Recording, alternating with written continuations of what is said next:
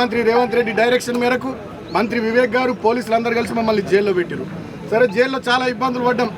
వీళ్ళకి పై అధికారుల ఆదేశాలు ఏందో కానీ దోమలు ఉన్న రూమ్లు వేసిర్రు, సకా భోజనం లేదు, నీళ్లు లేవు, నాకు గొంతు నొప్పి వచ్చింది 2 రోజులు, ట్యాబ్లెట్లు ఇచ్చే దిక్కు లేదు, చలి బాగా విపరీతమైన చలి, దుప్పట్లు ఇచ్చే పరిస్థితి లేదు. మా అడ్వకేట్ శ్రీకాంత్ నాకు బ్లాంకెట్ పంపించింది లోపల కూడా చాలా ఇబ్బందులు పెట్టిర్రు.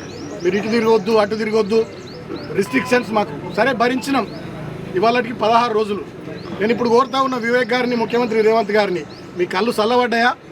మీ కక్ష తీరిందా? మీ కడుపు మంట చల్లారిందా? నన్ను జైల్లో పెట్టిరుగా 16 రోజులు. ఇంకా దుర్మార్గం ఏంటంటే, నాకు మొన్ననే బెయిల్ రావాలి. మంచిర్యాల కోర్టు వచ్చింది, హైదరాబాద్ కోర్టు వచ్చింది, చెన్నూరు కోర్టులో నాకు బెయిల్ రావాలి. బలవంతంగా ప్రభుత్వ పెద్దలు ఒత్తిడి చేసి 5వ తేదీకి వాయిదా వేయించారు. కారణం ఏందో తెలుసా? నిన్న హోలీ, ఇవాళ నా చిన్న కొడుకు పుట్టినరోజు. ఈ 2 సందర్భాలలో నేను నా ఇంటికాడ నా కుటుంబ సభ్యులతో ఉండొద్దనే ఒక సాడిస్టిక్ ప్లెజర్, పైశాచిక ఆనందం కొద్దీ నిన్న ఇయ్యాల నన్ను జైల్లో ఉంచాలని చెప్పి 5వ తేదీకి వాయిదా వేయించారు. కానీ నేను మా అడ్వకేట్లకు సెల్యూట్ చేస్తూ ఉన్నా. మా కేసీఆర్ గారు ఎప్పటికప్పుడు మానిటర్ చేసి వారికి కూడా కృతజ్ఞతలు.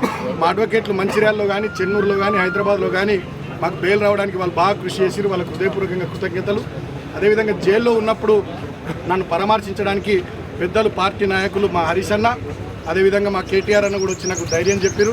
వారితో పాటు మాజీ మంత్రులు మా జోగు రామన్న గారు, వేముల ప్రశాంత్ రెడ్డి గారు, కొప్పులీశ్వర్ గారు, గంగుల కమలాకర్ గారు, అదేవిధంగా ఎమ్మెల్యేలు కోవ లక్ష్మక్క, మా అనిల్ జాదవ్ అన్న, కోరుట్ల ఎమ్మెల్యే సంజయ్ అన్న, అదేవిధంగా మా బావ కుత్బుల్లాపూర్ ఎమ్మెల్యే వివేక్ గౌడ్ గారు, మా సోదరుడు ఎమ్మెల్సీ షంబిపూర్ రాజు గారు, పల్ల రాజేశ్వర్ రెడ్డి గారు, అదేవిధంగా మాజీ ఎమ్మెల్యేలు మా కోనప్ప గారు, దివాకర్ రావు గారు, చిన్నయ్య గారు, మా గొంగిడి సునీత మహేందర్ రెడ్డి అక్క, అదేవిధంగా మా జాజుల సురేందర్ అన్న, ఇట్లా చాలామంది పెద్ద రాష్ట్ర స్థాయి నాయకులు కానీ, మా విద్యార్థి విభాగం సోదరులు కానీ, యూత్ విభాగం సోదరులు కానీ అందరూ వచ్చి నాకు మనోధైర్యాన్ని ఇచ్చింది.